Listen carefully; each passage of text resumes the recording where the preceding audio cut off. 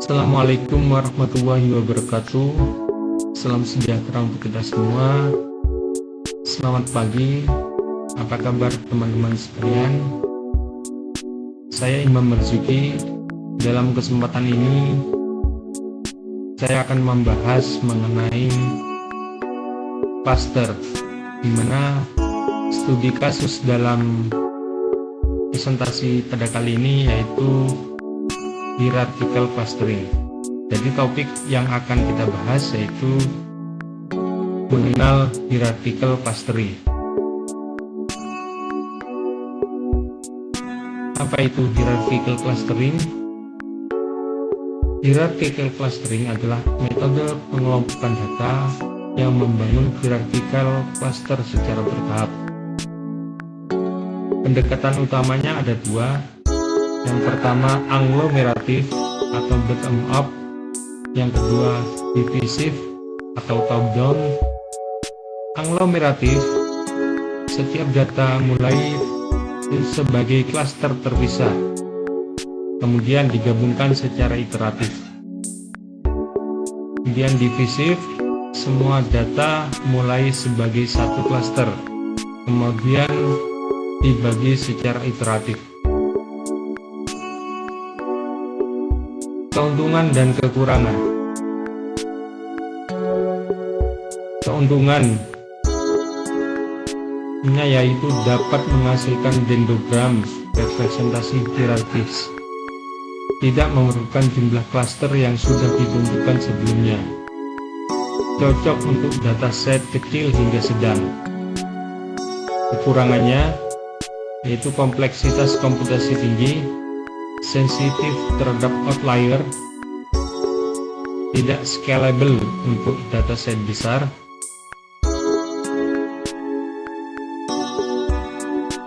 proses agglomeratif clustering,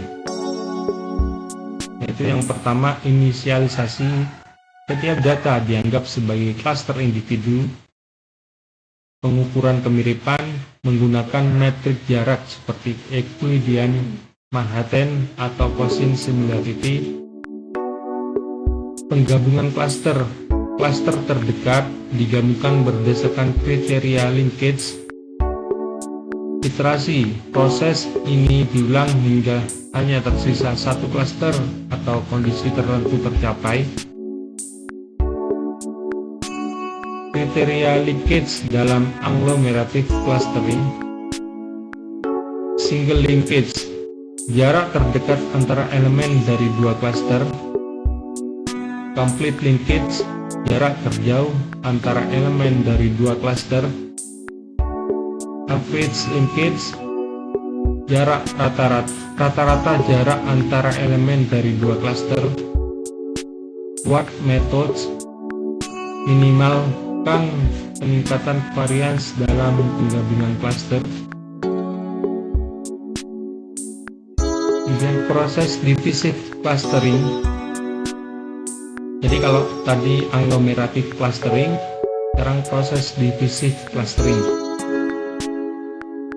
Yang terjadi yang pertama, inisialisasi. Semua data dimulai dalam satu klaster besar. Pemecahan klaster.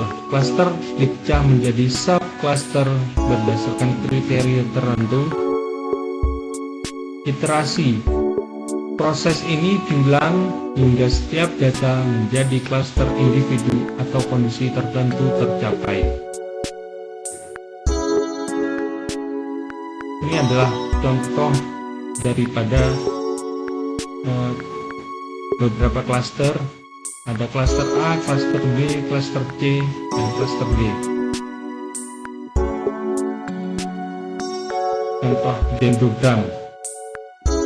Jadi bentuknya seperti hierarki. Definisi representasi visual dari proses pengelompokan hierarkis. Fungsi menunjukkan bagaimana data dikelompokkan, membantu menentukan jumlah klaster optimal dengan memotong dendrogram pada level tertentu. Contoh dendrogram dalam beberapa klaster.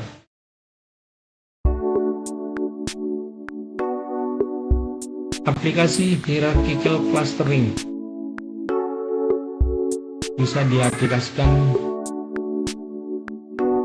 genomics, analisis ekspresi gen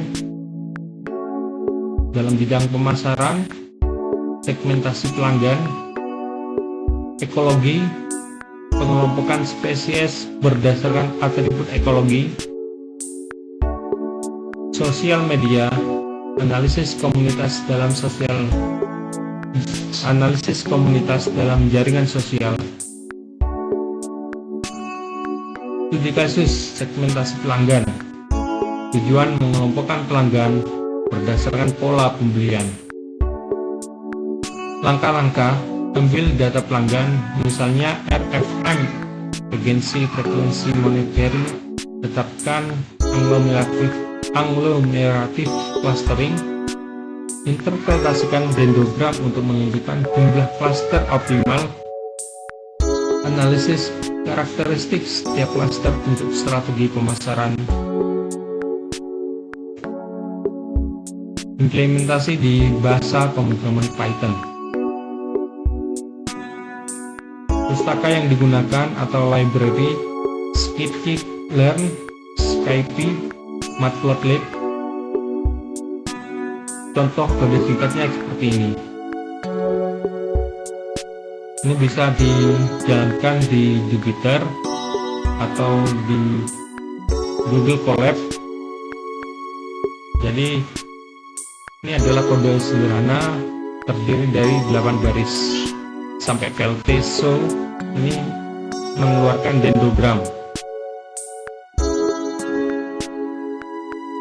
Kemudian evaluasi cluster. Evaluasinya yang pertama bisa dengan Silhouette score, mengukur seberapa mirip objek dengan klasternya sendiri dibandingkan dengan klaster lain. Yang kedua, Copenhagen Correlation Coefficient, mengukur korelasi jarak asli dan jarak hierarkis pada dendrogram. Kemudian Elbow Method digunakan untuk menentukan jumlah cluster optimal. Kesimpulan, hierarchical clustering adalah teknik fleksibel untuk analisis cluster bertingkat. Dendrogram adalah alat visual yang membantu interpretasi hasil clustering. Meskipun memiliki kelebihan dalam fleksibilitas, metode ini tidak cocok untuk dataset besar. Terima kasih atas perhatiannya. Silakan ajukan pertanyaan dan masukan serta saran di kolom komentar. Saya akhiri. Wassalamualaikum warahmatullahi wabarakatuh.